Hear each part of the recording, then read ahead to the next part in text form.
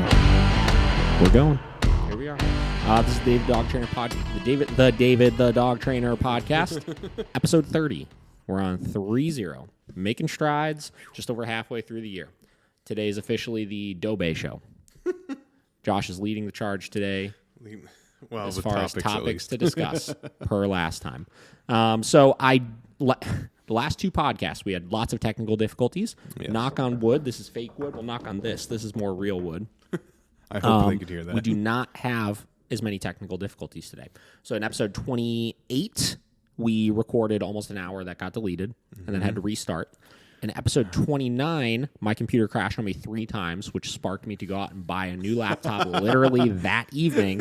But unfortunately, I have not got the recording software uploaded onto it yet. So we are... I'm feeling it. I think it's going to be good. There we go. Knock on wood. This computer works. I have already deleted any spare bullshit we didn't need on it. We got it fully charged up. We're ready to go. I believe in it. Good old 2011 MacBook Pro. I think it's got our back today. Now everyone's like, 2011, this all makes sense now. Yeah, seriously. Well, listen, we're balling on a budget right now. It's like the oldest MacBook living right now, probably. Doobie, what's new? Not a whole lot. Man. Since last week, nothing, really. I've just been. It hasn't been that long. I think we did the last one Friday. Yeah. I've just been editing. I'm almost done with this distillery out in Philly. I went out a couple weeks ago and did their photos. Yeah, I thought you were going to bring me some back. Yeah, I was going to, but I did not. I'm sorry. It's all right. See, the first okay. It looks really good. Yeah. Did you see the one I posted in the story? Yeah. Yeah. Little honey whiskey. Mm-hmm. The first problem with that place. Okay, they have a bar in Philly, and then their distillery is out in Pottstown, which is basically like a suburb of Philly. Sure. But it's in a warehouse, and they have all their barrels in the same place as the bar. Mm-hmm. Well, the problem with that is, for whiskey to age properly, you don't want it in a climate-controlled environment. Why? It needs the humidity and stuff? Yeah. So, the distiller, he got more every day. Yeah, he was like, well, you see, the barrels are almost like a living thing. And I was like, oh, yeah? He's like, yeah. So when it's cold, the wood condenses. Uh-huh. When it's hot, it expands. That makes sense. Yeah, when it expands, it pulls some of the whiskey in, and then when it cools down, squishes it back out. That actually makes complete sense to me. Yeah. It does, but I just love that he started out with... That's why they say barrel aged, because it gets some of that taste. Yeah, exactly. Yeah. So if you have it in a constant spot, then you don't get any of that, contraction and stuff. So... it was 95 degrees. Mm-hmm. Toasty. Yeah, and I was sweating buckets because we did all of their line of products, and then we did a couple of cocktails at the end too, and then I did facility photos for them. So I was there for like 4 hours, just sweating. I mean, it was a sweatshop. And I was like, how do you? I feel so bad for you, like bartenders that have to be here all day. Yeah, seriously. But just been editing those, so I'm trying to get those done by this weekend, get those back out to them. Otherwise, not a whole lot over here. Nice. How about you? Working. Yeah. We've got, just catching things up to speed. We got a couple new people starting. We're up to 15 employees right now. Wow. That's pretty crazy. Yeah. We just hired a new employee the other day. We got a couple more interviews today, so we're filling a couple new roles that we have coming up right now, and just getting people up to speed with that. But yeah, I was thinking about that the other day. I was like, man, 15. Yeah, that's a lot. Yeah, for perspective for people, 3 years ago, or 2 years ago, I guess. When Miracle first started, I think we had Taylor, Krista. Like at the very beginning, I think there was only 4 of us. Maybe like 2 kennel techs. Yeah. I think there was like 4 people. Yeah. Right. So fairly exponential growth, I would say. 4 to 15 in 2 years. So that's tight. Yeah, very cool. So yeah, we got 15 people. We got our space across the way is we got all our contractors' quotes in and everything, so we are ready to get cruising on that if our landlord ever gets. I was going to say, is it August when you're supposed to get it? Or? Yeah, I mean, so yes. It's kind of whenever Scott finishes with his electrical work in there, though. Oh, gotcha. So we're at the mercy of our landlord right now for that. Yeah, for sure. So that's going to be, dude, I just kept thinking about it, like how important that space is going to be for you guys. It's going to be huge. It's also quite a bit bigger than I thought. Here, I took a picture of it the other day. Nice. Let me find this. Have to go through those 6,000. Swipe items. Right. Swipe right. Okay. Yeah. It's fucking bare nothing right now. Wow, that is a nice big space, though. Yeah. It's like 1,800 square foot, I believe. Wow. So you're going to, I see there's kind of like a natural, like, barrier between the back. Are you going to kind of do something in between there? Well, so a lot of this is still getting demoed out over there. So it'll just be straight open. But from those beams, we're going to section it off. Yeah. And we're going to turn it into 2 individual training rooms as well as we're going to kind of facilitate like a break room in there and stuff as well. So a little bit more quiet of a space. And then you'll have just like kind of that big open training space. Mm-hmm. Mm-hmm. Okay, that's cool. It's the plan. So that's what we've been doing. That's what we've been up to. Yeah. Are you going to... I was thinking, so Matt, is he just doing like at home lessons, like one-on-ones, or he brings them in the facility? Yeah. Okay. Mm-hmm. So he can probably do all of his stuff over there. Yeah, so we are going to be moving all one-on-one sessions to that space. Oh, hell yeah. So that it's essentially like a more quiet, isolated room for like new dogs coming in, new clients coming in, so there's less interruptions and less distractions of boarding dogs, people picking up dogs, other trainers walking board and trains through, grooms, like all the other day-to-day things of just having a kennel, right? Yeah. All of those things will be kind of separate, you know? So we'll have a very quiet, controlled space, and then we could take those dogs then and move kind of into the actual kennel space as we need to, as they're ready for more additional distractions. Yeah. So it's going to be pretty sweet. Pretty excited. I just keep thinking that when someone would be in a board and train upstairs, there's daycare downstairs, so you would just have to like do a one-on-one in the lobby because there was just no space. Yeah. Those days are over. They're over. They're almost over. Yeah. Cool. All right, Doobie. Well, you're leading the show today. We got one question, but we're going to save that question for later. We're going to save the question for later? So you're tasked with coming up with some topics to talk about today. Okay. So this is the Doobie show. Doobie will be leading the charge right now. Oh, God.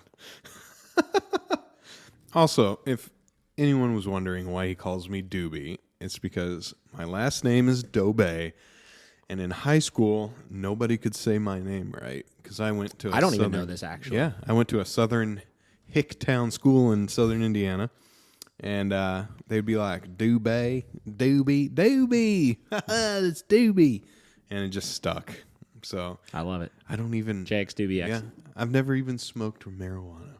So a Doobie is so foreign to me, but yet it's my name. So the more you know. The more you know. Okay, so first, real quick thing. First off, I want to hear. Yeah. I want to hear. How did you come up with these things? Where did you find them? What was the search like? It was a long and hard search. I was just trying to find not just the normal fluff questions or the ones that we've kind of already talked about. One's more of a, well, it's kind of like, it's from a scientific article, but they're trying to say that positive only is the way to go. Oh, sure. So I figured that would be a good one to read and get your opinion on. I love it. And then the second one is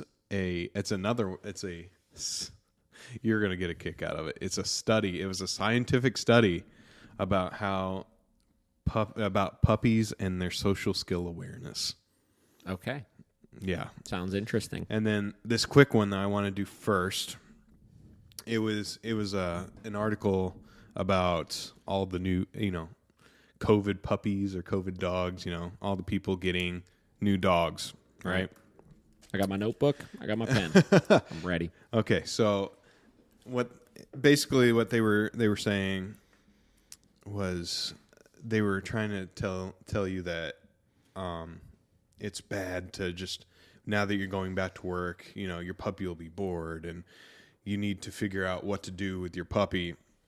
And they were like really trying to, it was like a Fox News article, and they were trying to push dog walkers. So this is just a real quick opinion from you. You know, how effective is a dog walker / is it a good idea over maybe a conventional take them to daycare, or, you know, just learning in the crate, you know, because they're not going to die in a crate. Yeah. So what do you think about like using a dog walker? Do you think it's that beneficial of an idea, or is it maybe even a negative thing, obviously depending on your dog? Mm-hmm. Well, the first thing I hear when I think bored puppy is that the person has not been proactive with teaching the dog to do nothing ahead of time, right? Yeah. So a lot of existing with a dog and a lot of a dog's life is them learning to do nothing. Yeah. Right. Which is why we practice so many stability duration exercises like bed stays, down stays, things like that, which is why we utilize a crate, which is why I have told every single one of my clients throughout this entire COVID situation that with their young dog, they needed to be, whether they were leaving the house or not, having the dog alone in a crate while you were not in the room, preferably if you were out of the room, for a minimum of 2 to 3 hours a day. Yeah. Right. So first thing I hear is start prepping the dog for that now, even if you're working, because there's a lot of people that are still working from home. They haven't fully went back to the office. They don't know if they're going to go back. They might not. Mm-hmm. Those people should be being very proactive about this situation currently and starting to get that under control. Right. Yeah. As far as if you haven't done so yet, you know, I'll address the question of the dog walkers versus the crate versus the daycare first. Then we'll get into different kind of tips and tricks that you could utilize right now if you're already going back to work. Right? Yeah. So as far as dog walkers are concerned, do I have an issue with them? Do I think that they're super harmful? 99% of the time, no. Do I think they're unnecessary? Yes. Right. No. Unless you have literally like a 12-week-old dog, your dog should be able to hold it in the crate while you're gone for about 8 to 9 hours. Yeah. Right. Honestly, if your dog is past like a year or two, they should be able to hold it a little longer than that. Yeah. It's not ideal, but I always say, you know, I mean, there are plenty of days that my dogs are crated at home for 10 hours a day, right? Mm-hmm. And, you know, do I like that? No. But at the same time, you know, is there another option? Sometimes no, right? Dogs, unfortunately, have to adapt to our day-to-day routines, which means that when we go to work, they need to be able to be left alone for that time. Yeah. Obviously, if you're going to be gone longer than like 8 hours or so, you want to start to do some water management, some food management, which means that, you know, cut the dog's water a couple hours before you leave the house to make sure that, you know, make sure that they don't have much in them. Same with their food, obviously. And then, you know, take them for a long walk before you leave the house, and, you know, let them burn off some physical energy when you get back home and stuff like that. Yeah. But some people live hectic lifestyles. I mean, there's plenty of people. Kate, my wife, before we met each other, she's a nurse, right? Yeah. Like that means she's working 12-hour shifts, 12. Which means that there were times that her dog had to be home for 12 hours, right? Again, it's not ideal, but it is real life. Yeah. Right. So dog walkers can help in situations like that to be able to provide just a quick stretch of the legs, right? Now, if you're going into it with anything or any sort of expectations other than stretch the legs and go to the bathroom, I think that at that point, you know, you're probably setting yourself up for failure as far as your expectations are concerned. But I don't think they're going to do any harm from that regards. Yeah. Now, let's say you have a dog that is struggling with dog reactivity or lots of leash pulling issues or this or that. Having this dog walker then proceed to take the dog for a 2-mile walk every single day is going to put the dog in a position where they're going to be rehearsing bad habits. Because no matter what, this dog walker is not going to be enforcing things the way that you would want them to. Yeah. Nor is it their job to, frankly, unless you find some sort of trainer that's doing training dog walks, which is very unlikely as well. For sure. Right? So dog walkers, yay or nay? If you got the funds for it and you really feel like your dog absolutely needs it, go for it. It's not really going to hurt anything. But I do not think that they are extremely necessary unless you're in a position of, like I said, like nurse, doctor, somebody where your dog is going to be home alone for well past the amount of time that would be what I would consider acceptable.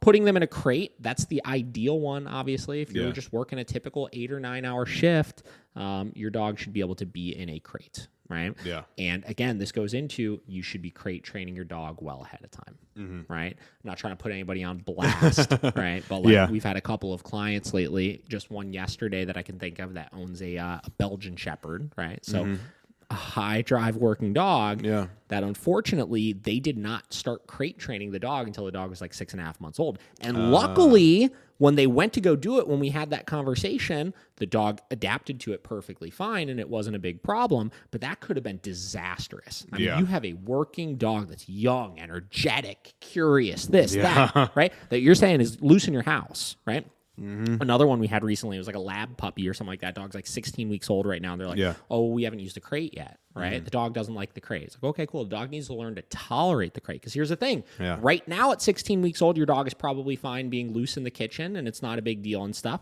But I'm telling you, man, as that dog gets older, things get more interesting. The world gets more interesting. They start getting more bored. And then they start learning, I can go try this. I can go try this. I can get into this. I could chew on this. I could do that. And the problem is a couple things. One, I've got enough stress in my life where I don't need to worry about what my dog is doing loose in my house when I'm not there, which is why to this day I still crate my dogs. Yep, exactly. Thing number two, any number of things in your house could kill your dog if they get into it. Yeah. Right? Do you want to risk that? No. Right? Because there's no guarantee your dog's not going to get into those things. Yeah, that one-off chance they eat a bunch of whatever, something that's toxic to them, or they get an obstruction because they swallow something stupid that they picked up off the ground that you left laying around. Bad news bears. And then to the daycare side of things, daycare is the most risky of all of them, right? We've talked about this before. This is the reason why we're restructuring our daycare in the first place, right?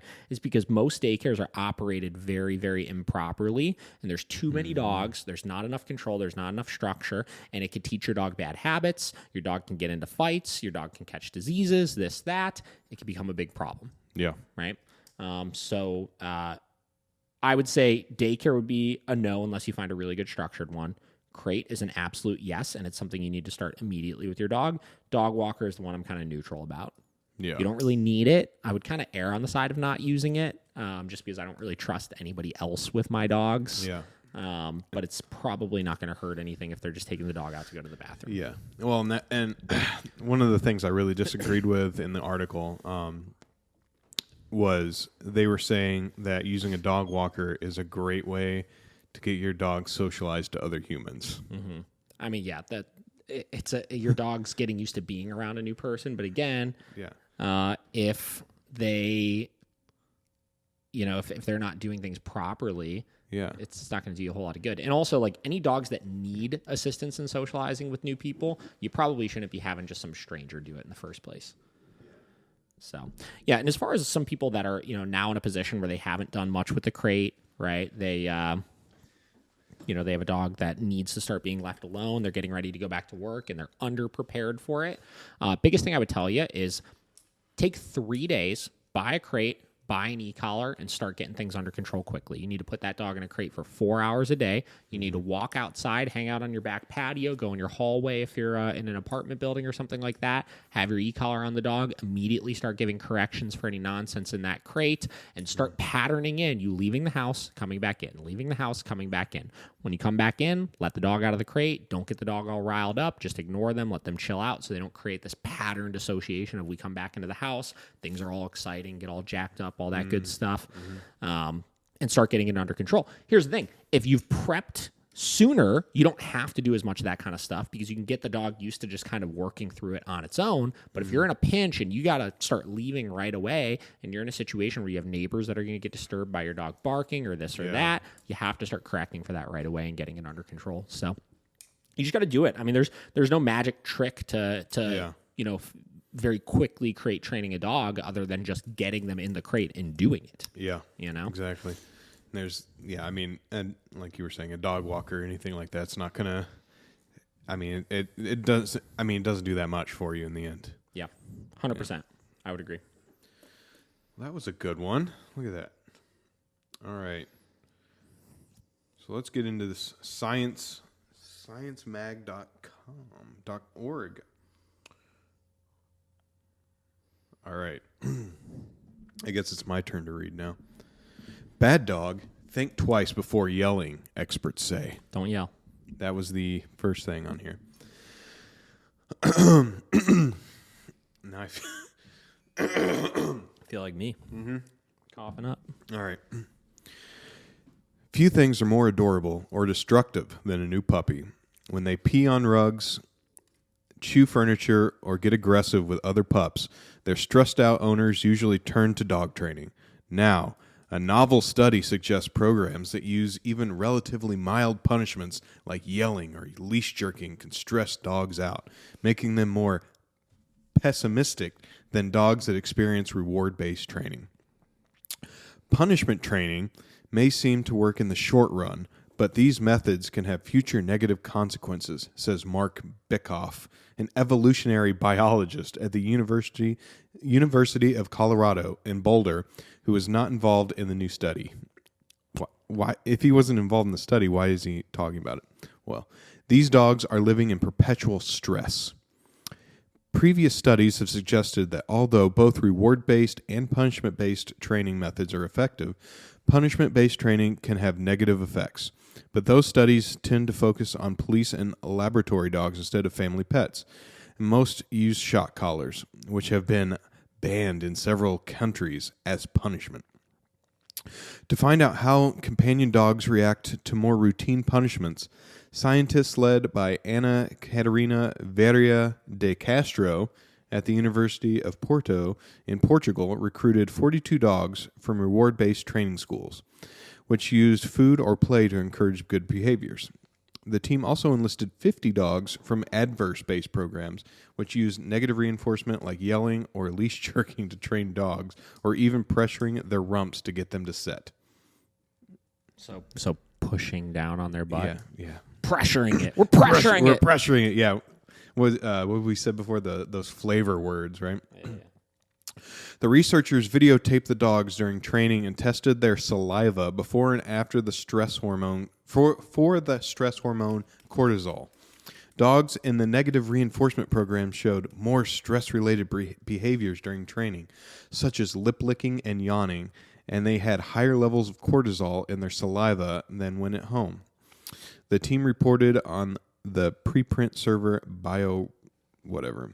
Dogs in the reward-based training group showed no changes in cortisol levels during training or at home. To find out whether these effects lingered, the researchers measured how 79 of the dogs responded to a potential food reward. First, they trained the dogs to associate one side of a room with a delicious sausage.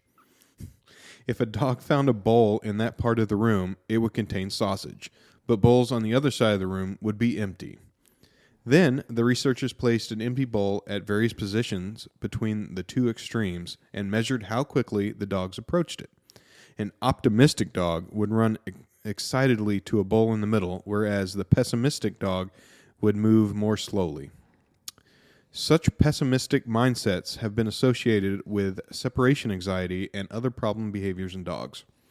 In the test, the more punishment a dog had received, the more pessimistic it was, and the more pronounced the results. This was a careful study, Beckhoff said, and although the paper does not address which method was more effective at training dogs. You gonna sneeze? Yeah, I got one. It went away. No, it didn't. Bless you. Sorry, guys. All right, let's see. Bickoff says this and other findings provide more than enough evidence that dog owners should avoid adverse-based training. That's often easier said than done because many dog training schools don't advertise their methods, and such training is not regulated, at least in the United States. Says Zazie Todd, a dog trainer and animal psychology blogger. She adds that dog owners should look explicitly for keywords like reward-based and avoid schools that use language like balance training. Bickoff agrees and says owners should take the time to talk to their trainer and other owners who have worked with them. Reward-based training may take time, but so what? At least the dog isn't living in fear of constant stress. There's a lot of funny things in there that I was kind of writing down here. Yeah, I like read that last night. I was like, this is a good one. This is a good one for him. I also have a follow-up article I'll read after we talk about this stuff. Perfect. Okay, so let's just go through the notes that I was taking here. So very first thing, obviously stressed and pessimistic dogs. Yeah. Right? So first off, we live in a world right now with dogs and people where any sort of stress is, immediately seen as bad. Yep. Right?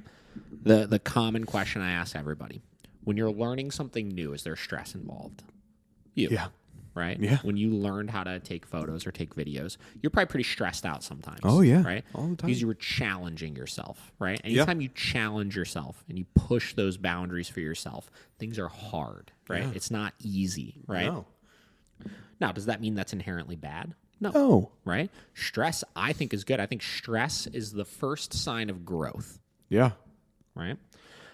Next thing, pessimistic dogs. Okay, first off, humanizing, right? We're getting into human emotions that dogs are not comprehending. Oh, yeah. They're not pessimistic, right? They are potentially stressed and potentially trying to figure out what to do, right? Yeah. But they're not being pessimistic, Yeah. right? Next thing, perpetual stress, right? Another keyword that we had there, right? Perpetual stress, and another keyword they used was routine punishment, which basically implies to me the use of constant punishment. We're constantly punishing for things. Both of those things, immediately in my head, I start thinking improper use of those things. Because here's the thing. The use of punishment should be temporary and effective. Right? It should not be routine. It should happen where it needs to happen, and it should address and solve that problem. Jumping. I should punish for jumping X number of times and have the jumping completely stop. Right?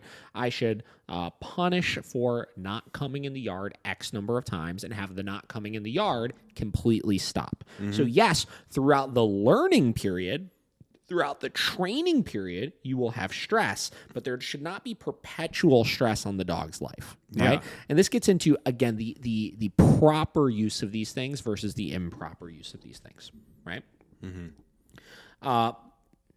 Talking about punishment side effects, right? And the effectiveness of punishment, that goes back into both of those things. If it's used properly, it should be effective with things, right? Next, in these tests they were running, they were testing for stress, not for results, which is funny because then right after they even said it doesn't address which is more effective. Yet somehow they even said it proves that punishment-based training should not be used, even though it doesn't address which is more effective. Yeah. Right? Exactly. And then I want to get into the idea they were using of this test they did with the room with the sausages and the bowls. Yeah. Right? So the optimistic dog runs excitedly towards the sausage. The pessimistic dog goes slowly towards it. Yeah. Well, let me ask you this. Do you want your dog to, while you're out on the walk, when you're not giving direction, run excitedly at all of the squirrels and cars and skateboards and bicycles and food on the ground and chicken bone that they could choke on and die and the person that's allergic to dogs and jump all over them? Do you want your dog to have this completely uncontrollable, situated adrenaline towards all of those things? Yeah. Or would you prefer the quote-unquote pessimistic dog? Or I put down here in parentheses, the dog with impulse control that says, I know that that's over there, but I'm not sure if I'm allowed to have it. Yeah. Right? Practicing impulse control and looking for guidance as far as what's okay to have and what's not okay to have. So what we would call as a permission-based training system. Yeah. And my big thing is they don't even talk about trying to recall the dog from the sausage. No, they don't talk about anything because this is not a test of the training. This is a test of stress. Yeah. Right? Yeah. It's again, stress is a way of life. Stress is a part of life. Yeah. It happens. It's necessary. Intermittent stress. There were studies out there I remember seeing that intermittent stress is good for immune system, right? It helps you become more strong and a more capable human being, right? Yeah. So I don't know. I all of these types of studies, it's funny because from somebody that's doing good balanced training and advocating of these tools, instead of doing a study where we test for minute, unnecessary details like this, we would just show, here's this dog, here's this dog. Yeah, right? exactly. You pick. Yeah. So I don't know. I mean, we all know that the balanced training approach works significantly better, right? And it's funny because I just sent this article to somebody today. So we'll read an article that I wrote probably 4 years ago or so. You ready? Perfect. This one is called Why Positive Reinforcement Alone Will Not Stop Your Dog's Behavioral Issues. So it's called Positive Reinforcement versus Balanced Training Methods. What are the odds that I picked this one? One of the biggest... when did I write? I don't remember when I wrote this. I wrote this a while ago.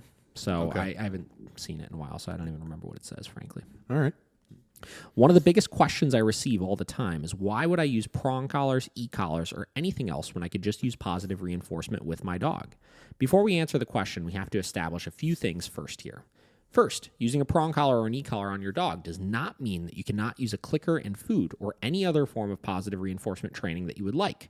Actually, most of the top trainers in the world that use these tools are some of the most skilled trainers in teaching behaviors with positive reinforcement. We refer to these types of trainers as balanced trainers, the ones to avoid. Ooh. This means utilizing all 4 quadrants of learning: positive reinforcement, negative reinforcement, positive punishment, and negative punishment. This is the type of trainer that I categorize myself and my trainers as.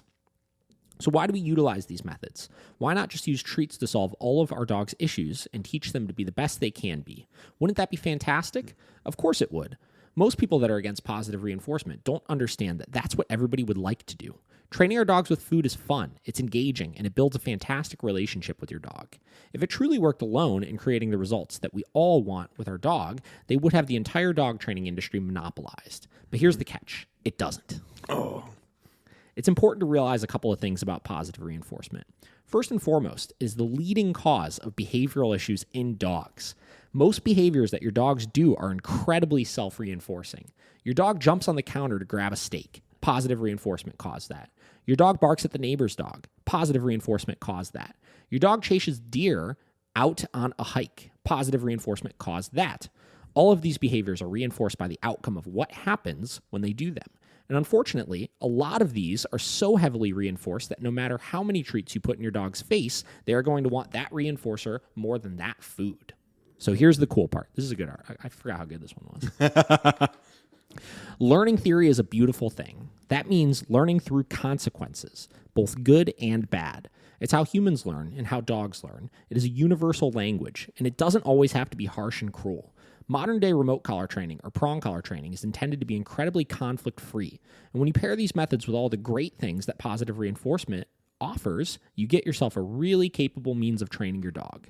These tools and methods will give you the freedom to not only train your dog, but to enjoy your dog to the fullest by actually stopping the behavioral issues that are limiting your dog's ability to be a dog and teaching them a new way of life, by giving them the ability to be fully integrated into your life. So please, keep an open mind about all of this. Do your research when looking for a trainer. You can accomplish more than you think with the right methods. It's like a perfect counter to that whole article, honestly. Well, again, I mean, the fact of the matter is, the key part is every behavioral issue that comes in virtually was created through positive reinforcement, right? Positive reinforcement is as powerful as everybody says it is. And that's why you can't use it by itself. Yeah. Right? That's true. Because everything that your dog wants to do, if they are more motivated by it, you have no means of being able to address it. The only way to stop some of these ingrained habits that dogs have is to punish some of those things away. Yeah. So, I don't know. You know, we could read articles like this all day long talking about why everybody hates positive reinforcement. But in the end of the day, every single one of them always ends with, well, our method takes a little bit longer to use, you know, and I know it's not as easy, and I know that you guys don't like doing it as much because it's not going to show you the results that you quite want, but in the end of the day, it's better still. Yeah. Right? Meanwhile, I'm taking my dogs off leash wherever I want to take them. I'm able to integrate them fully into my life, which creates a more balanced and fulfilled dog, while you have to leave your dogs at home because you can't do any of those things with them. I mean, it's like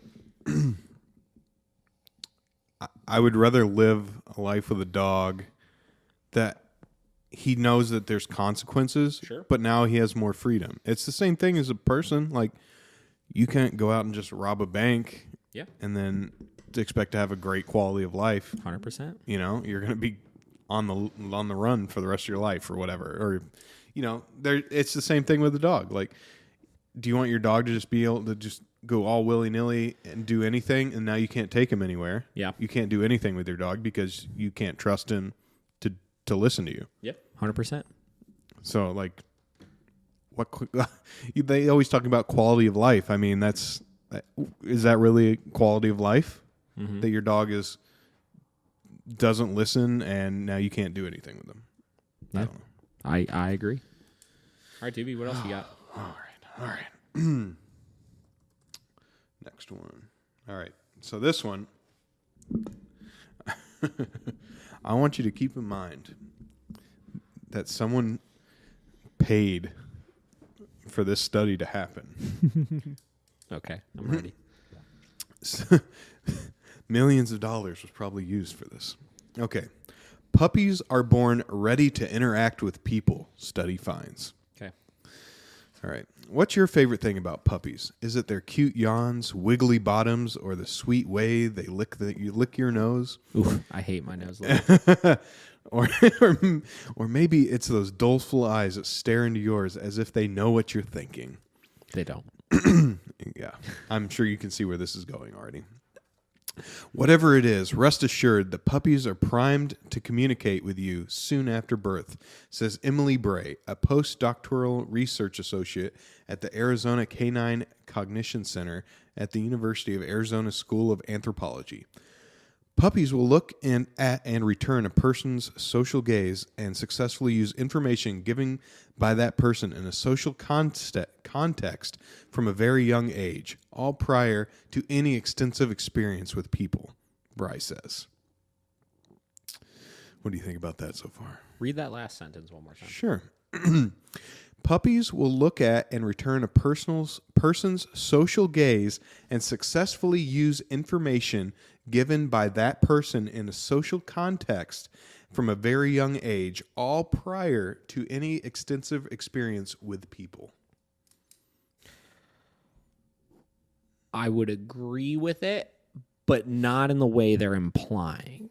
Yeah. Right? So animals have like a biological instinct to establish social hierarchy with any creature around them from birth. I do agree with that. This is why puppies learn most of their social skills, from birth to 8 weeks old or to 12 weeks old, just by interacting with their litter mates or their mother or whatever it may be, is because every interaction that they have is them challenging and figuring out who is more superior or inferior than the other. Yeah.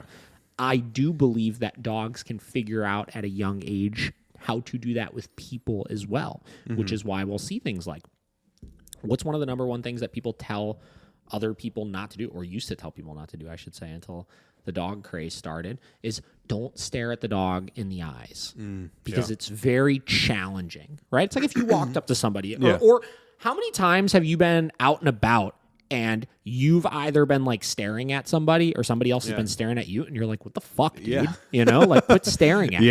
It's challenging, right? It's like if I sat here like this whole time, right? At some point it's going to make somebody is going to need to make the next move kind of thing, right? Boy, that would be a weird looking podcast. We're just both. Yeah, right? Stare down, right? But you get what I'm saying, right? Like, so it's a very challenging thing that we do. It's a very personal, intimate thing that we do, right? And I believe that dogs can figure that out, not through our expressions. They're not fucking telling like, oh, look, he's happy, or look, he's sharing affection with me. It's very much, actually, they even said it in the art of raising the puppy, how they would hold the puppy and stare at the puppy in the eyes as like a sign of dominance. Yeah. Right? Yep. It's a challenging thing that you do. It is. And yes, there are things that you could do to leverage that to help establish leadership over your dog, right? But I agree, but not in the way that they're implying. Yeah, exactly. There's just a natural body language, but they're not like thinking, oh, that guy's real happy or whatever, All right. Bray has been studying guide dog development for the last decade in collaboration with Canine Companions, a nonprofit organization that provides dogs at no charge to adults. The pool of service dogs is an excellent one for research because they often have known pedigrees going back multiple generations and are raised and trained in very similar ways. That gives researchers more options to determine how much of a dog's behavior is due to genetics versus environment of training. see. In a study published Thursday by the Journal of Current Biology, Bray and her team evaluated 375 puppies that were all about 8 weeks old on a battery of social cognitive measures that had already been given to adult dogs. One task was eye contact with the researcher. Another was to follow the researcher's hand and eye gesture toward a treat hidden under one of the 2 cups about 4 feet apart. Researchers hid the treats equally between the left and right cups. We know that adult dogs are good at these tasks, Bray said. When does that start? Does it take years of observing humans and living with humans? Or is it that ability something they are more biologically prepared for that has evolved over the course of domestication? All of the 375 puppies were labs, golden retrievers, or lab golden mix, and were still living with their mother or litter mates. None had left to live with volunteer trainers where extensive one-on-one human interaction would begin. Have anything to say yet? Yeah, I mean, I think I don't think this is as. I mean, I agree. I just don't think any of this is as mind blowing as they're making it out to see. I mean, like, yes, right? Like, so look at the way dogs interact with each other, right? Yeah. If one of my dogs goes like this, you ready? They go, something's over there, right? What do the other dogs do? They look in that direction. Yeah. Right? Because they're able to comprehend that this dog is looking at something else. So I think the key here is, why are we so surprised that the dogs are able to process those similar types of traits with us? Yeah. Right? If they're able to do it with each other and they're able to comprehend a face looking at something, right? Yeah. Why is it so shocking that they can comprehend our face looking at something? Yeah. That's what I don't understand. I mean, I guess I don't get what they're trying to get at with this. Yeah. And that's and it's interesting because actually, not to interrupt, but like the following eye contact and following gestures, I have a acquaintance, I would say, that works with special needs children, right? Okay. And one of the assessments that they'll do with special needs children as they're assessing for like beginning signs of like autism and things like that, is them being able to comprehend those things, right? Comprehend eye contact, comprehend understanding pointing at things and all of that kind of stuff, right? And a lot of children with autism, they won't be able to take in those things because it's a normal thing for humans to be able to do, right? And be able to understand, which is why I would assume it's something normal for dogs to be able to understand, which is why when we get some of these really bad dogs in, when I say bad, I mean really anxious or genetically kind of miswired dogs, they won't be able to do those things as much. There's a lot of dogs that will completely avoid eye contact, or they'll seem just aloof. You know, there's a lot of dogs that are so just out there and just so aloof and spacey and stuff like that. It's like they have miswirings, right?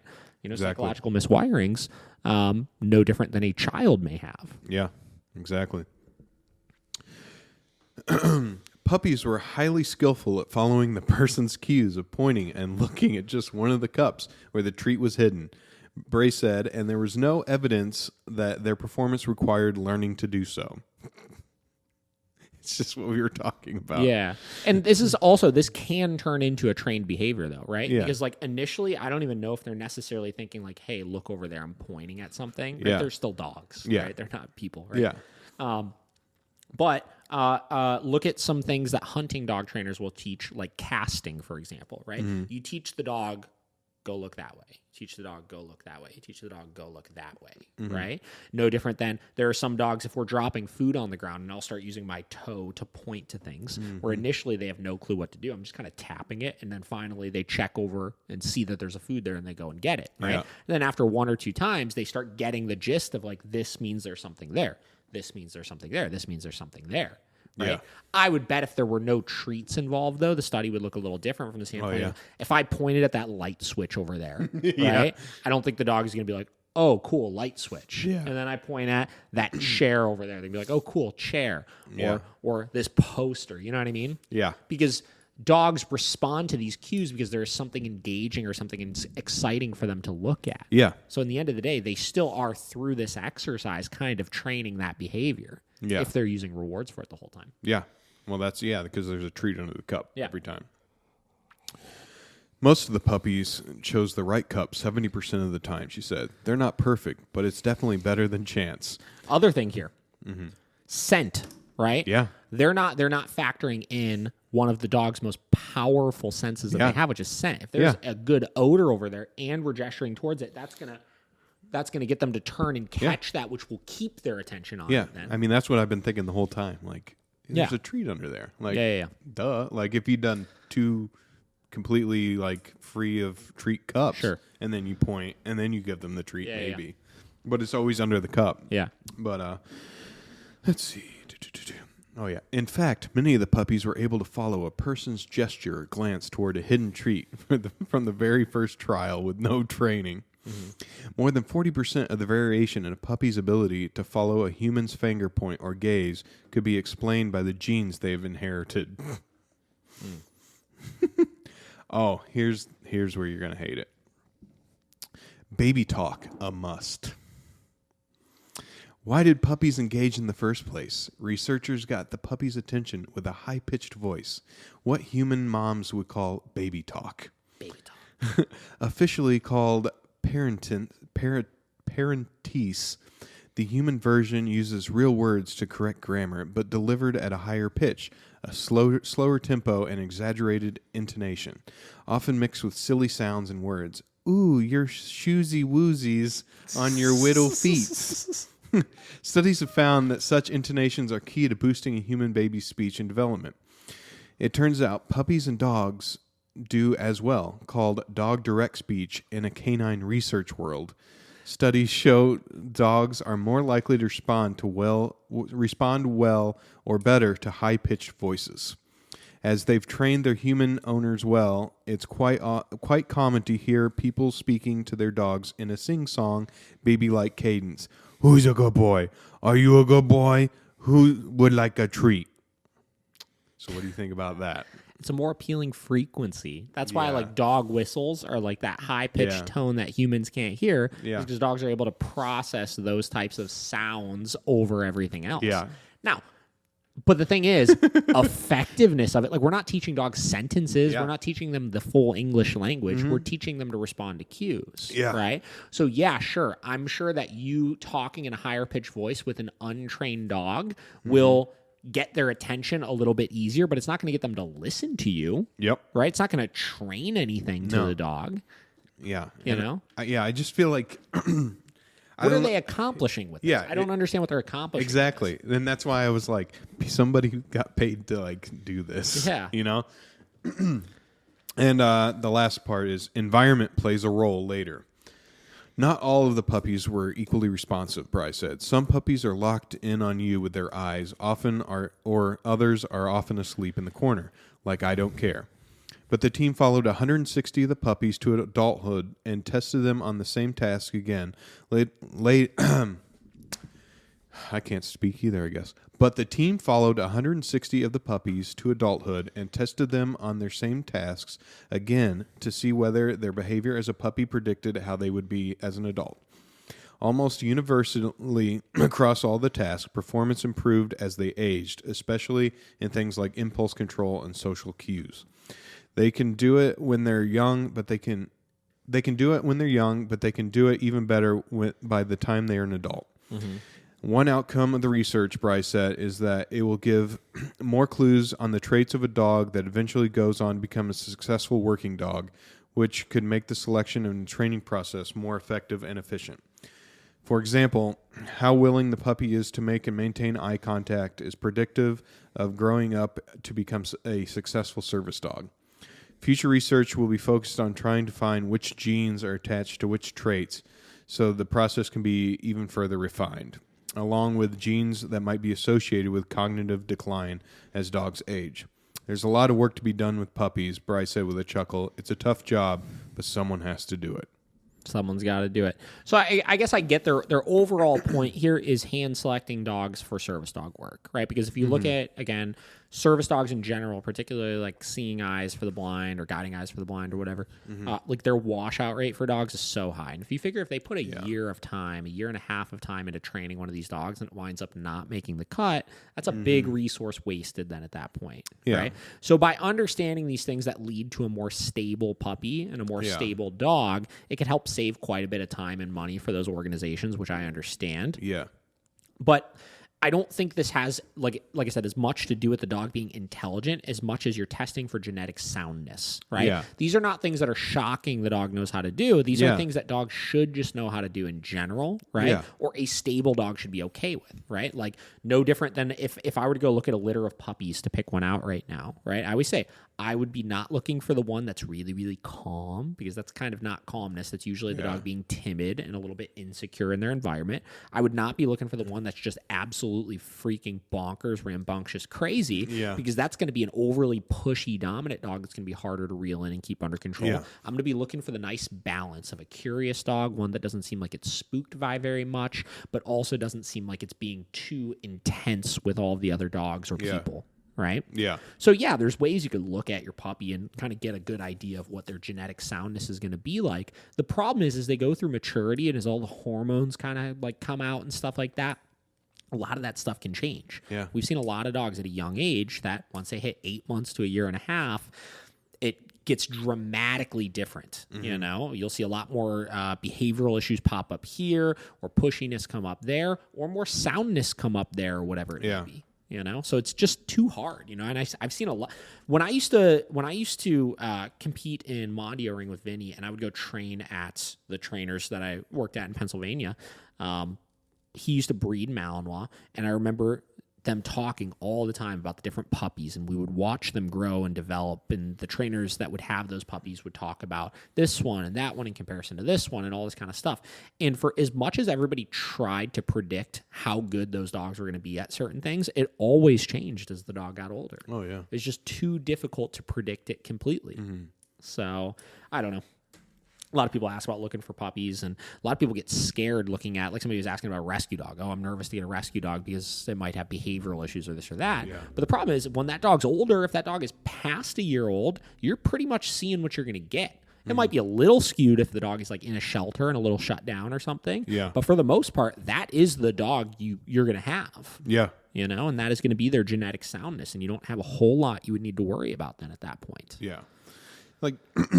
Yeah, I get a lot of, I get some of it that they were trying to understand there, but I feel like there's a lot of flaws. First thing, I think, having the treat under the cup actually, like, I just feel like that's not a, like you said, scent. Like, a dog can smell that treat under the solo cup or whatever they're using, you know? So, I mean, you're gesturing and cueing, but I think, if you just had two empty cups. There's assistance, though. You know, there's assistance to that gesture. They're essentially training that gesture. Yeah, and I guess it helps you kind of figure out like a cognitive, you know, approach to the puppies, like if they're going to be, you know, a service dog or whatever. But I think overall with what they were trying to figure out in the article, which was dogs just inherently know exactly what you want. Not necessarily. I don't think you came even close to trying to prove that. Yeah. You know, I don't know.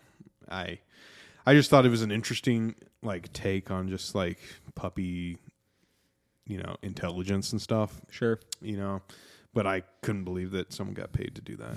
And like pretty crazy. And then that she published that. Like that's a published paper. I don't know, man. Dude, if you ever look through like Science Journal or whatever and look at some of these like articles that get published, like peer-reviewed papers and stuff like that, there's a lot of them that it's just like, why did you spend so much time doing that? Like you like, and that, I mean, they did 375 dogs. Crazy. Yeah, that had to take forever, but there it is. That's I thought that would be a good one, but the other thing I have is like just like business stuff, so we could do the. You got the business question. stuff? Well, just now because we were talking about that one guy earlier, and I was thinking of something. So I'm ready. No, let's talk about it. Okay. What do you got? Well, let's lead in here. So we were so there's this guy. His name's Chris Do.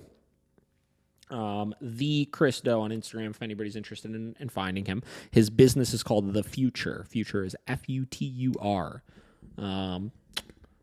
Chris, I have stumbled across him recently, and he's somebody I've seen some videos like years ago in the past on him. He's got some very interesting marketing and business concepts and stuff like that I was showing Josh some of his clips. So what were your questions? Or what were your points? Well, while we were sitting there kind of before we started, let me see if I can find it again, of course. It was just basically like saying no. Mm-hmm. And when do you think it's appropriate to do so? It's appropriate to do so. Yeah, when you're starting up, when you need, when it's hard to say no. Yeah. When you need that money, when you need every new client you can get. Mm-hmm. When are the warning signs that you should be like, this is not worth it? It's a good question. Mm-hmm. I remember the first time I ever told somebody no, right? And when I say that, like, I'm sure there have been places, outside of this that I had done so. But this was the first hard, like, I've got your cash in hand, and I'm telling you I don't want it anymore. Yeah. Right? We just had our South Euclid location. We're building our training department. And this was kind of in the period where we were basically taking anything we could get. We were taking anything we can get, And I remember we had a lady sign up for training. She was a longtime daycare client of ours, wanted to do training. She was very hesitant about the e-collar when we talked over the phone. We discussed it. Whatever, she signed up, she paid. She came in for her first lesson, and I had an e-collar and a prong collar laying on the counter. And she's just like, "What is that?" I looked at the prong collar. I was like, "Oh, that's a prong collar. This is our introductory stage to teaching the leash pressure, so we could teach the e-collar." And I start kind of getting into a spiel with it. She's like, "We never discussed that tool." I was like, "Oh, we discussed the e-collar, and I did mention that we had a prong collar that we were using as well." She was like, "I just don't know. I don't know if I'm comfortable with that tool." And it was kind of snobby, right? And two, it was a very similar conversation to what I had with the e-collar that I had to spend all this time like convincing her of over the phone, right? And at this point, we were starting to hit a point where we were busier, I would say. Training department was growing. I was still doing 100% of the training myself, right? Whatever, getting busier. We weren't having a lack of clients. We were making money, this, that. And I remember right then and there, I was just like, "Okay, cool. I'm processing your refund right now. I don't think we're the right training company for you," right? And I pretty much left it at that, sent her on her way. And that was the first time I officially initiated myself we don't need your money if you're not going to be committed to this process. Yeah. Right? And here's the thing. I knew we could have, she would have done the training. You know what I mean? Like if I would have sat there for 20 minutes and talked about the prong collar with her and this and that, we wouldn't have done it. Yeah. But at that point, you start getting into, right? I have the business that I need. I'm not struggling right now. I can start being a little more selective. And in the end of the day, me having that $1,000 or whatever it was to do that training with a client that was already not going to be very committed. The upside would have been I have $1,000 and I'm able to train this person's dog. The downside is because she was already so kind of snobby and against some of this kind of stuff, I ran the risk of her having a quote unquote bad experience and then going out and tarnishing our name. True. Right? So you start having to weigh the balance of the pros and the cons of if I do this job versus if I don't do this job. And then we've talked before about in the past when I used to work for my last employer training dogs and how he would essentially just promise the world to people, right? It was you do anything to get the sale, even if it includes essentially stretching the truth just a little bit. Or I won't even say lying. I'll just say over-promising to the point where there's no way you could deliver as much as you've promised, right? The key is you have to some extent, weed out some of your clients, right? You have to find the ones that are going to be committed and be the good clients and stuff like that. And before I start actually saying no to people, what I do is I essentially make the client say no just by being as absolutely brutally truthful and honest as possible about things, right? You lay out as clearly as possible your expectations of them, their expectations of what they're going to get out of things. Yeah. And you make sure they're agreeing upon those terms for you. Now, this is, again, in a service-based industry, right? Where we're providing a service to the client, and we need to make sure that they know exactly what they're getting out of it. Because here's the thing. A lot of the people that aren't committed, they are not going to sign up for things if you make things that black and white for them. Right? True. If they're not the right client for you. Yeah. And that's your first way of saying no, is by not sweating so much the actual sale and not, I mean, you're a salesperson, right, in the end of the day. But in the end of the day, your sales tactics are marketing yourself as good as possible, as truthfully as possible to people. Yeah. Right? Yeah. So maybe even through that, you learned that you needed to refine how you displayed everything. Yeah. Yeah, exactly. Displaying things better to people as far as, from there, we discussed those training tools even more in detail. And that was before we were going really heavy with media and stuff, obviously. Yeah. But now we're even more black and white about all that kind of stuff with people, right? Yeah. So that's our way of weeding people out in itself. Yeah. And then from there, you start getting good at, like, is this going to be worth my time? There's somebody else recently I did the same thing with, right? Person signed up for a board and train with their dog. He was signed up for, I believe, like September or something for the dog, and locked everything in. Payment was made. I probably had 3 individual, like 30-minute conversations with this guy, right?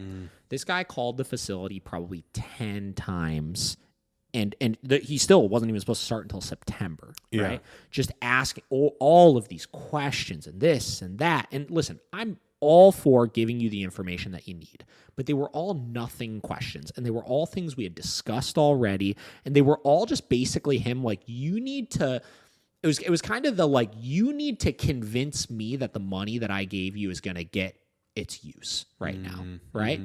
And the problem was, as we got further along and he kept calling, it was becoming more and more apparent that this was going to be a pattern throughout the entire process of training the dog, right? It was very much a mentality of like, you're going to do this for me, as opposed to this is a mutual teamwork effort, right? The board and train process, the way that it functions, this is a teamwork process right now. And it even escalated to a point where, like, he had essentially told one of our staff members that, if my dog doesn't come back and isn't able to, I think he really wanted to do like therapy dog certification. If he's not able to pass a therapy dog test a week after he finishes the program, and I don't know if he was joking or just being kind of a dick about it or what, but he's like, you're going to hear about it and I'm going to post it all over the internet or something like that. And it's just like, listen, man, one, why would you tell somebody that you're doing business with that you're going to tarnish their name if they don't do a good job? Like, just blatantly like that. Yeah. 2, we've already now collectively spent hours on the phone with you, which again, that's time, that's expense on my end. That's not factored into the cost of our training program. Yeah, exactly. And we haven't even started the training yet. Yeah. This is not worth our money at this point. Yeah. Same deal, refund processed. Sorry, again, it's nothing personal, but like, we're not the right training company for you. Yeah. Oh man. So you start looking at, again, how much time and mental effort is this taking, and how worth it is it for you to get that job? Yeah. And that's what I always look at as far as who I say yes and who I say no to. Right? Now, as far as when do you start doing that, I think you have to set boundaries immediately, right? Like, if somebody is going to be being, if there's some sort of like ethical issue, or if somebody is being really, really bad to you about something, that is not business that you need. That is not going to be a good client. That's going to be helping spread your name. But in the end of the day, at the beginning, you do have some of the, like in my first year of doing it, you do have some of the, like, you have to prove yourself still.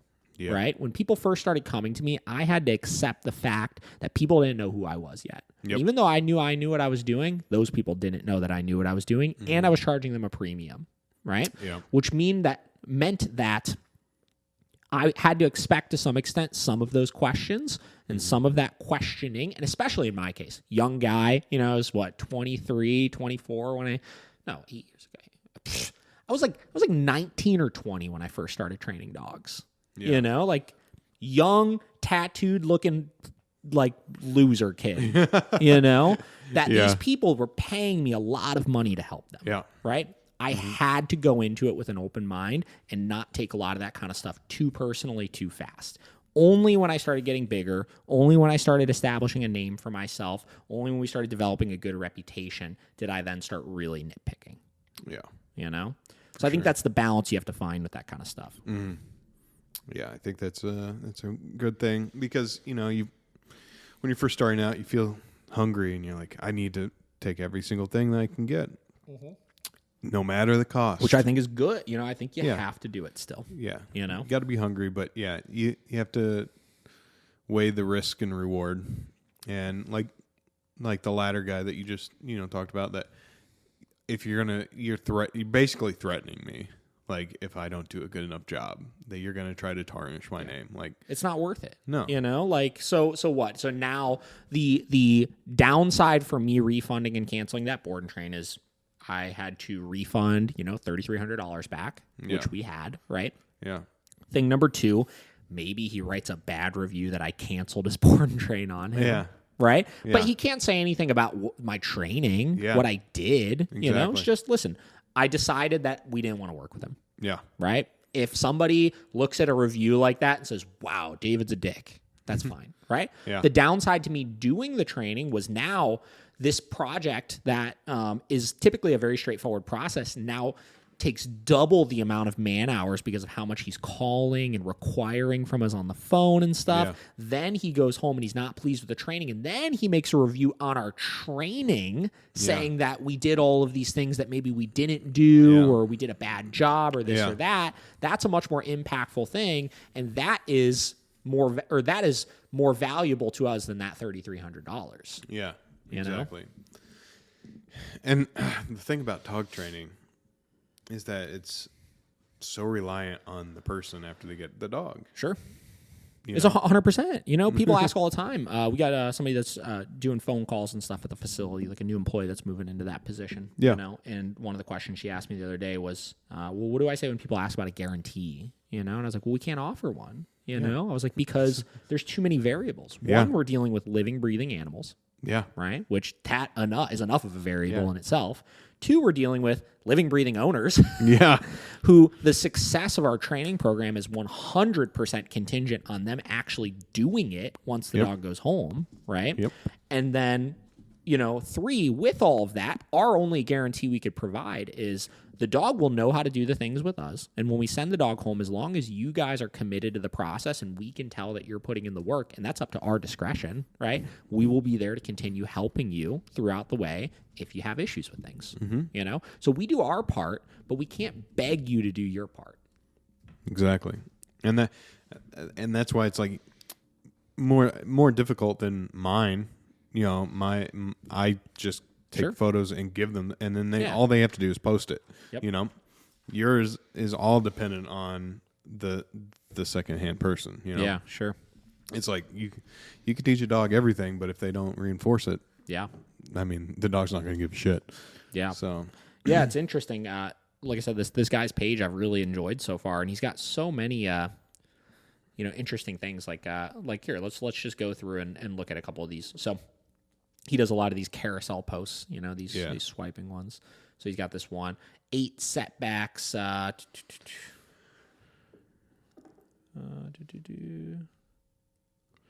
8 setbacks that help me grow. You know, at 19, I was told if I don't specialize, I will fail. My takeaway, listen to your inner voice, keep expanding your horizons. So that kind of goes hand in hand with your thing now of wanting to specialize on things at an early age.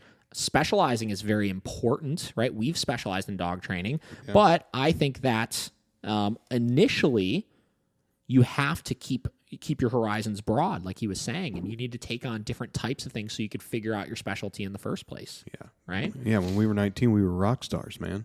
Yeah. Remember? Yep. At 20, a startup owner refused to pay me and threatened to end my career. His takeaway, be brave, speak up, hold your ground. In the end of the day, no single person is going to kill your career, right? No matter what you do, no matter what they do, if you are honest and you do good work and you're not doing things that legitimately are very, very bad, nobody's one word is going to be able to end your career. The only person that can is yourself. Yes. At 21, his family doubted if drawing all the time will get me somewhere in life. His takeaway, believe in what you do. I remember the day that I went home. I was still living at home with my parents. I was probably 19 years old. And I told them I was working in a factory. And in my opinion, it was a stable factory job. Yeah. I grew up in a very lower middle class household. Yep.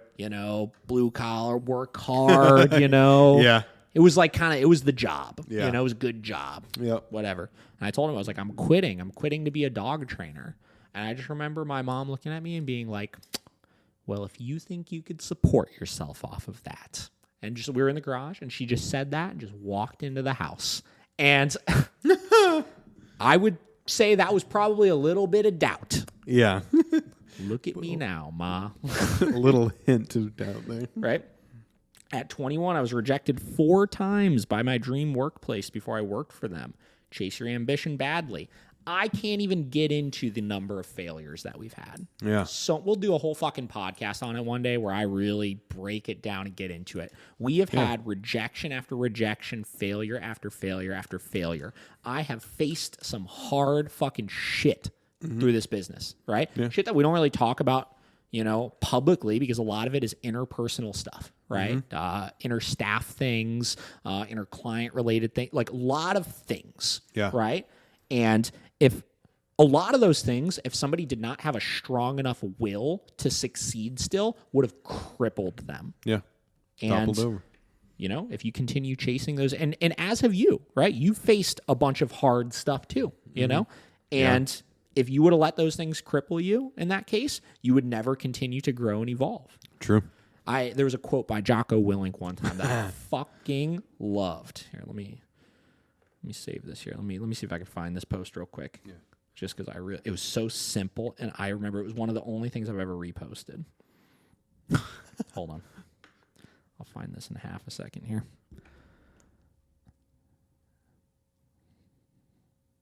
Hold on. We're almost there.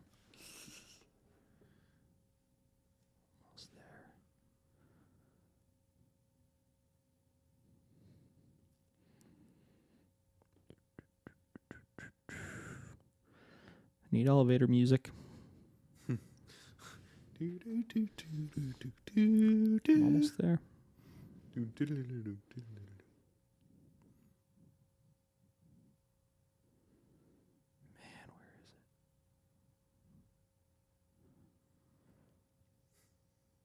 Man, this is further back than I thought. I love it.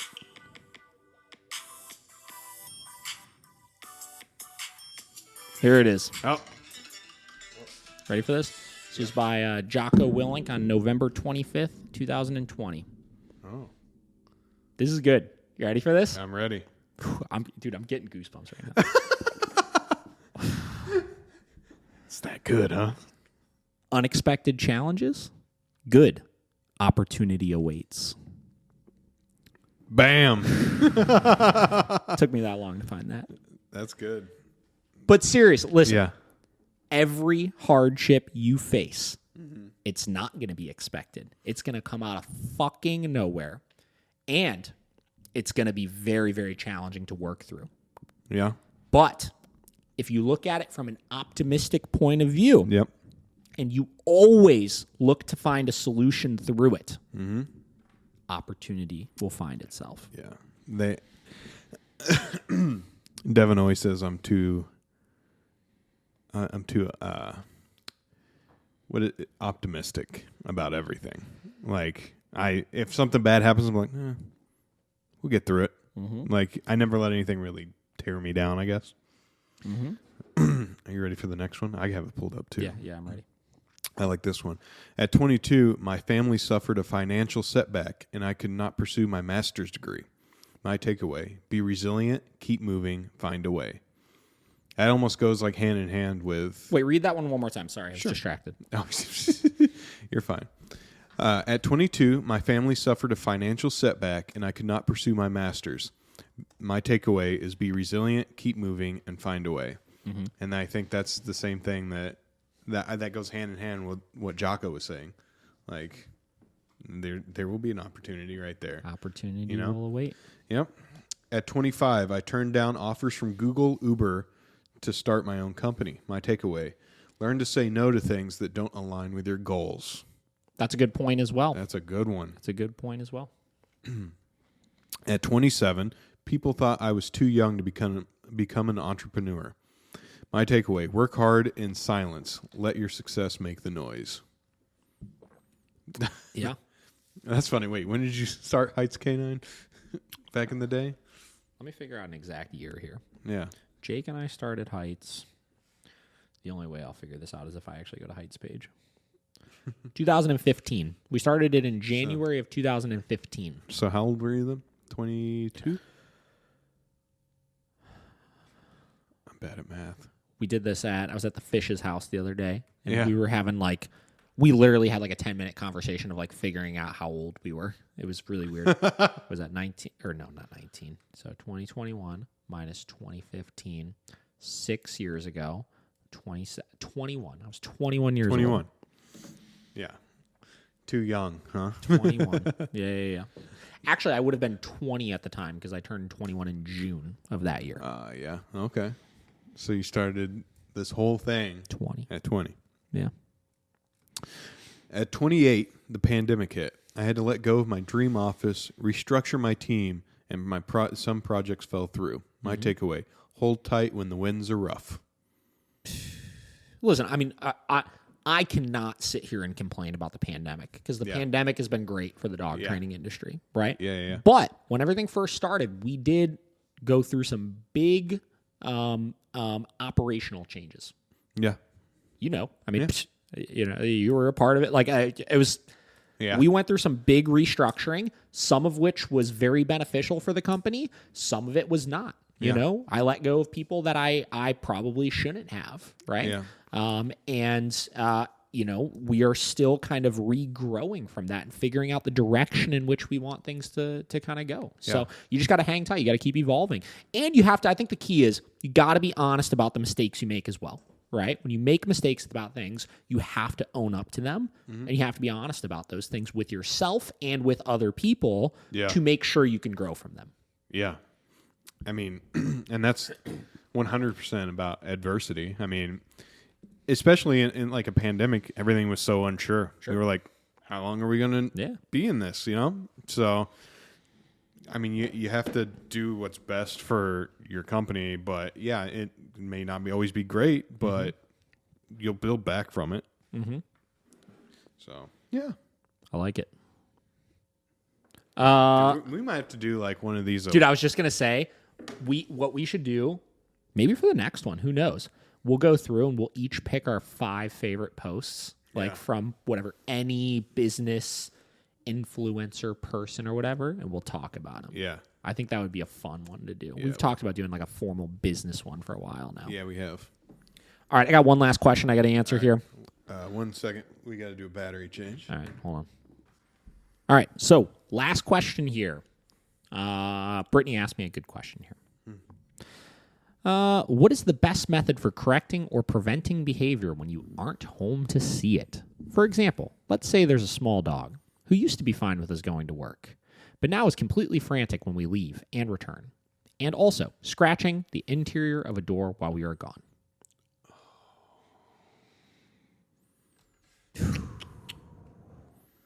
Sounds to me like someone can use a crate. So here's the problem, right? When you're not home, there's not much you can do about it. No. There's not much you can do about it. Now, there are a couple of things you could do if you really don't want to go with the crate option initially. Thing number 1, put your e-collar on, leave the house, walk down the hallway, have your e-collar set all the way up. Wait until you hear the little scratch, scratch, scratch at the door, even if that means you got to wait out there for 30 or 40 minutes. But don't even worry about saying no. Just tap. If he does it again, tap. Do that for 5 days in a row. Correct for any scratching at the door and correct for any barking at the high level. And that alone should get you pretty much everywhere you need to go, especially if this is a new behavior, which it is. This behavior just started. You should be able to nip it in the butt right away. Yeah.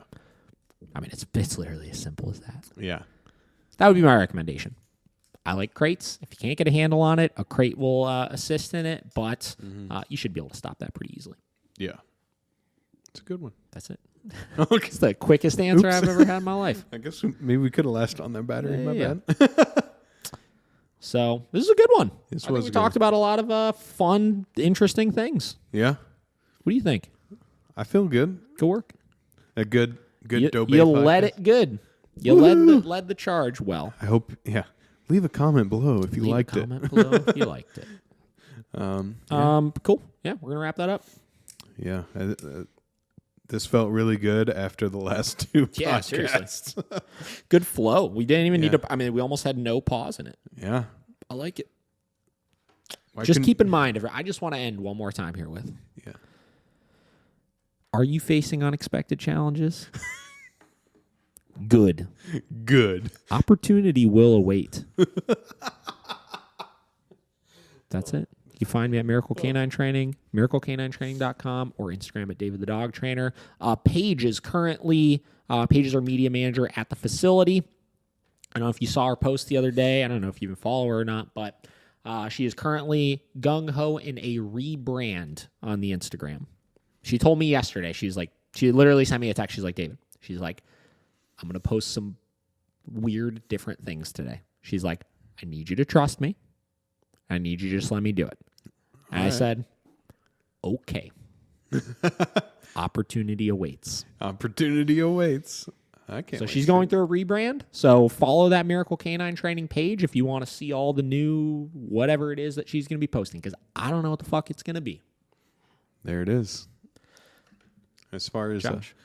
As far as the YouTube side, she's been posting quite frequently. We have Oh, yeah. yeah. So we have questions, we have podcast clips, we have full podcast episodes, we have training videos, we have tutorial videos, we have pretty much anything a dog. I mean, we've gone up 50 subscribers in the last 3 weeks. Yeah. 1350. Oh, yeah. That's pretty good. Yeah, we have a lot of watch time. Yeah. So if you need, I don't really anything, follow any of that stuff. But Oh yeah. I look at the analytics all the time. Hey, where are we at as far as so obviously we're still kind of retransitioning all of our clips and all of our actual podcasts over to the Miracle Canine Training page. Yeah. Where are we at as far as the clips from the newer episodes? When will those start going live?